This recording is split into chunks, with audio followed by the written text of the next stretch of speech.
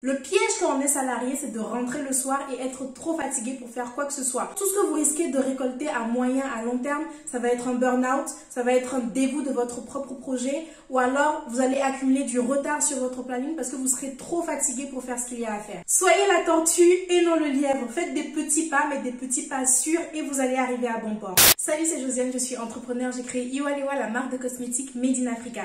Ici, je partage mon parcours afin de bâtir une communauté où nous pourrons évoluer tous ensemble en productivité, self-esteem et business. Je vous l'ai souvent dit, moi je me suis lancée dans l'entrepreneuriat directement après mes études, mais avant ma mise sur le marché officiel, j'ai fait tout un tas de petits jobs à temps plein. Ne pas avoir de temps à consacrer à un projet qui nous tient à cœur, il n'y a rien de plus frustrant. Mais avec le recul que j'ai aujourd'hui et avec les techniques que j'implémente au jour le jour pour diriger mon entreprise, je pense que mener plusieurs activités en parallèle et travailler sur son projet lorsqu'on a déjà un travail à temps plein, c'est bien plus simple qu'on ne pourrait le penser. Je vous partage la méthode ici. Comment organiser ses journées lorsqu'on a un projet à côté? Sans plus tarder, c'est parti pour la vidéo. Première étape, travailler sur vos croyances limitantes. Si vous pensez que ça n'a rien à voir avec l'organisation, attendez un petit peu, vous allez comprendre.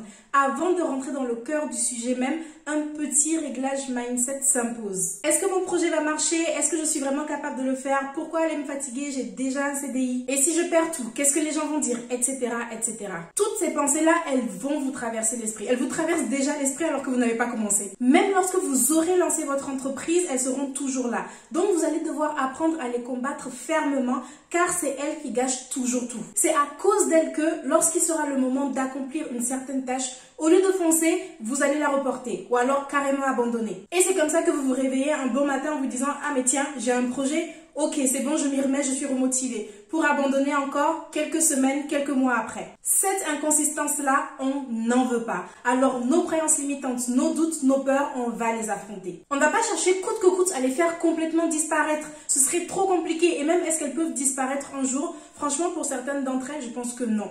Le doute, la peur, ça fait partie intégrante de la vie d'un entrepreneur parce que toutes les actions que vous posez sont à risque. On fait les choses sans qu'on nous ait montré la méthode et surtout si on n'est pas accompagné, on fait tout à l'aveugle. Donc vous aurez tout le temps des pensées négatives, parasites dans la tête. Et ce que j'entends par les combattre, c'est savoir les maîtriser, savoir leur répondre et savoir agir même si elles sont là. Je vous ai parlé d'une technique que j'ai apprise de Vanessa Lau qui m'aide beaucoup, moi personnellement en tout cas, à combattre les pensées limitantes. Lorsqu'une certaine pensée vous traverse l'esprit, notez dans un carnet tous les arguments objectifs que vous avez qui prouvent que celle-ci est infondée. Si par exemple votre pensée limitante c'est « je ne vais pas lancer ce projet parce que ça va échouer », vous pouvez écrire par exemple « comment est-ce que je sais que ça va échouer alors que je n'ai même pas essayé ?» Vous pouvez aussi noter, je vois d'autres entrepreneurs dans le domaine dans lequel je veux évoluer qui lancent leur entreprise et qui réussissent. Donc ça veut dire qu'il y a un marché, ça veut dire que moi aussi je peux le faire. Et si votre esprit vous donne d'autres arguments limitants, répondez également. Par exemple, si en réponse à « moi aussi je peux le faire », la pensée limitante c'est « oui mais les autres sont les autres, toi tu n'es pas capable de le faire ». Vous pouvez répondre « si je suis capable parce que dans ma vie j'ai déjà accompli ci, j'ai déjà accompli ça,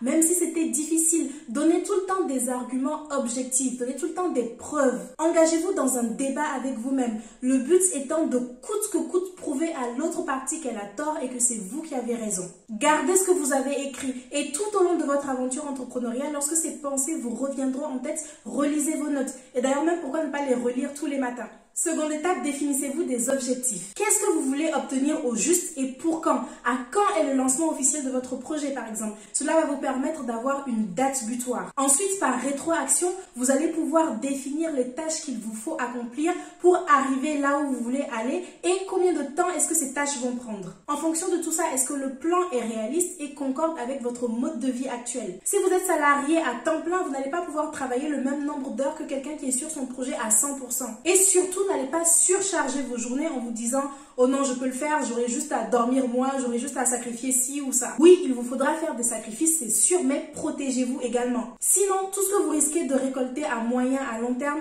ça va être un burn-out, ça va être un dégoût de votre propre projet ou alors vous allez accumuler du retard sur votre planning parce que vous serez trop fatigué pour faire ce qu'il y a à faire. Soyez la tortue et non le lièvre. Faites des petits pas, mais des petits pas sûrs et vous allez arriver à bon port. Donc, qu'est-ce que vous aimeriez avoir accompli et pour quand? Et souvenez-vous, je l'ai dit dans plusieurs vidéos, les objectifs que vous vous fixez doivent être smart, spécifique, mesurable, ambitieux, réaliste et temporellement défini. Lorsque vous avez énoncé vos objectifs, lorsque vous les avez écrits, assurez-vous qu'ils cochent bien toutes ces cases, sinon faites les modifications nécessaires. Ne dites pas par exemple, je veux me lancer l'année prochaine. Dites, au 31 mars 2022, je veux avoir mis ma marque de cosmétiques sur le marché. Je veux me lancer l'année prochaine, ce n'est pas très spécifique parce qu'au final, c'est quoi se lancer? Est-ce que si vous avez ouvert votre compte Instagram, que vous commencez à communiquer sur votre marque, même si vous ne vendez rien, est-ce que c'est ça se lancer? On pourrait dire que oui, alors que vous, le lancement officiel que vous recherchez, c'est le fait de vendre vos produits, c'est le fait de les mettre sur le marché. Je veux me lancer l'année prochaine. Ok, mais quand l'année prochaine? Est-ce que si je me lance le 31 décembre 2022, est-ce que ça c'est bon? Bah pas du tout parce que vous vouliez vous lancer plus tôt. Donc soyez précis. Tout ça, ça va vous permettre d'être bien ferme avec vous-même sur ce que vous voulez accomplir et ça va vous permettre de vous en donner les moyens plutôt que de rechercher des excuses à chaque fois. Troisième étape, établissez un rétro-planning clair. Vous ne pouvez pas vous organiser avec efficacité si vous ne savez pas ce que vous avez à faire pour arriver à vos fins. Dans la partie précédente, vous vous êtes fixé des objectifs SMART. Ça, c'est très bien, mais il vous faut maintenant établir une stratégie pour y parvenir en identifiant toutes les étapes nécessaires. Par déclinaison, encore une fois, vous allez alors identifier les tâches qu'il vous faudra accomplir de façon hebdomadaire, de façon quotidienne. Chaque fois que vous serez perdu, vous pourrez retourner vers votre rétro-planning pour voir ce qu'il y a à faire et surtout, vous saurez exactement pourquoi il faut faire ce qu'il y a à faire. Il faut absolument que je rédige mon cahier des charges aujourd'hui parce que dans mon rétro-planning, j'ai marqué que en septembre 2021, je dois avoir trouvé mon laboratoire qui va fabriquer mes produits. Donc, si je ne crée pas mon cahier des charges et que je ne commence pas à me mettre en contact avec les différents partenaires que j'aurai identifiés, je vais me mettre en retard sur mon planning. C'est un exemple, mais c'est pour vous faire voir que tout d'un coup, vos actions prendront un sens et ça va beaucoup vous aider à garder votre motivation. Votre rétro-planning, vous pouvez le créer facilement sur Excel ou même un tableau Word suffit si c'est avec ça que vous êtes à l'aise ou bien une feuille de votre carnet que vous pouvez mettre à jour. Si vous cherchez des outils plus élaborés, il y a par exemple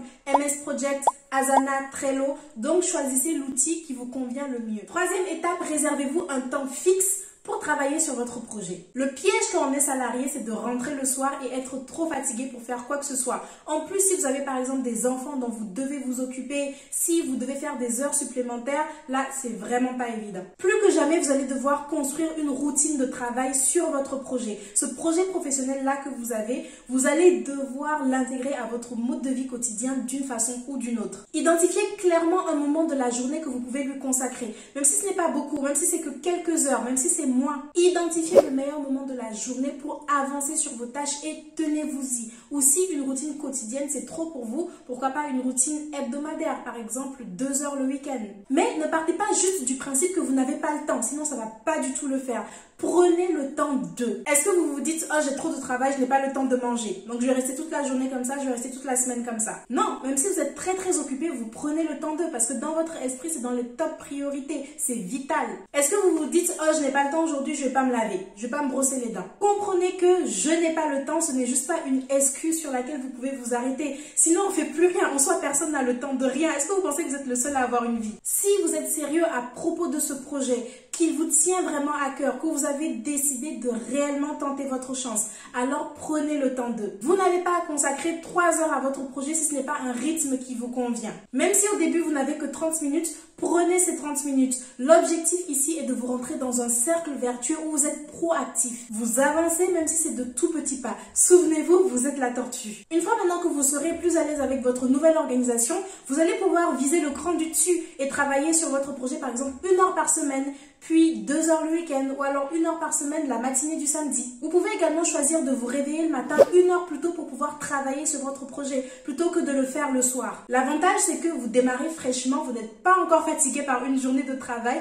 donc vous avez encore toute la force et toute la motivation. Ensuite, puisque vous commencez votre journée en accomplissant une tâche que vous aviez prévue, puisque vous commencez avec un projet qui vous tient vraiment à cœur, ça vous donne la pêche pour le reste de vos activités. Tout ça juste parce que vous êtes fier de vous et que vous vous sentez capable d'accomplir beaucoup. 5e étape, faites des bilans hebdomadaires. S'il y a une étape cruciale pour réussir ce que vous aviez prévu de réussir, c'est celle-là. Ne construisez pas votre rétro-planning pour le laisser dans votre tiroir ou alors le laisser épinglé sur le bureau de votre ordinateur sans plus jamais l'ouvrir. Avec le quotidien chargé que vous avez, vous allez oublier vos objectifs. Vous n'oublierez pas votre objectif ultime qui est de lancer votre projet. Vous n'oublierez pas que vous avez un projet ou même quelle est votre date de mise sur le marché officiel. Mais vous allez oublier toutes les étapes intermédiaires et pour quand est-ce que vous les aviez prévues. Vous allez oublier la stratégie mise en place. Chaque fin de semaine, il est obligatoire d'ouvrir votre rétro-planning, d'ouvrir votre carnet de notes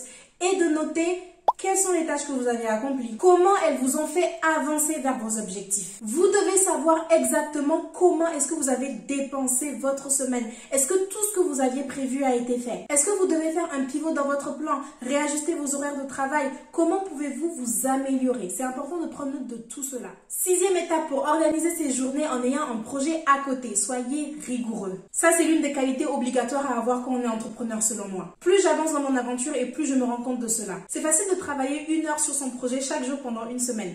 Mais travailler chaque jour 1 heure sur son projet pendant 3 mois, pendant 6 mois, pendant toute l'année, ça c'est le plus dur. C'est ce que la majorité des gens n'arrivent pas à faire et ils finissent par abandonner. Mais c'est ça qui donne des résultats. Même si pendant une semaine vous trouvez la capacité de travailler 10 heures par jour sur votre projet, mais que la semaine suivante vous travaillez 5 heures par jour, puis 1 heure par jour, puis plus rien pendant 2 mois. Et encore la semaine qui va suivre, vous allez recommencer à travailler 10 heures par jour. Vous aurez toujours moins de résultats et vous serez toujours beaucoup moins efficace que la personne qui a travaillé rigoureusement, religieusement, 1 heure, juste 1 heure par jour sur son projet, mais pendant toute l'année. Et c'est vrai qu'à ce stade, accomplir ces tâches quand on est entrepreneur, c'est même plus du ressort de la rigueur, c'est de la religion. C'est la consistance dans de bonnes actions qui amène des résultats. Mais ça vient pas forcément en un jour. Si vous avez vu ma vidéo, 7 choses à savoir avant de lancer son business. Je vous disais qu'au début de votre aventure, vous allez beaucoup procrastiner, vous serez très mal organisé. C'est normal, il vous faudra prendre vos marques, mais il faudra les prendre un jour et le plus tôt sera le mieux. Visez la rigueur, visez la consistance. Encore une fois, vous êtes la tortue qui fait ses mini pas tous les jours, mais les fait quand même. D'où l'intérêt de ne pas vous imposer une routine de travail qui est trop dure à tenir pour vous. Procédez petit à petit et prenez de bonnes habitudes. J'explique l'importance de prendre de bonnes habitudes et quelles habitudes il faut prendre d'ailleurs quand on est entrepreneur dans la vidéo qui s'affiche à l'écran. Je vous remercie d'avoir regardé cette vidéo, j'espère qu'elle vous sera utile. Abonnez-vous pour ne pas manquer d'autres contenus de ce type. Je poste tous les mercredis et les dimanches. Mercredi prochain, je vous partage 5 livres qu'il faut absolument lire selon moi quand on est entrepreneur. À dans quelques jours. Ciao.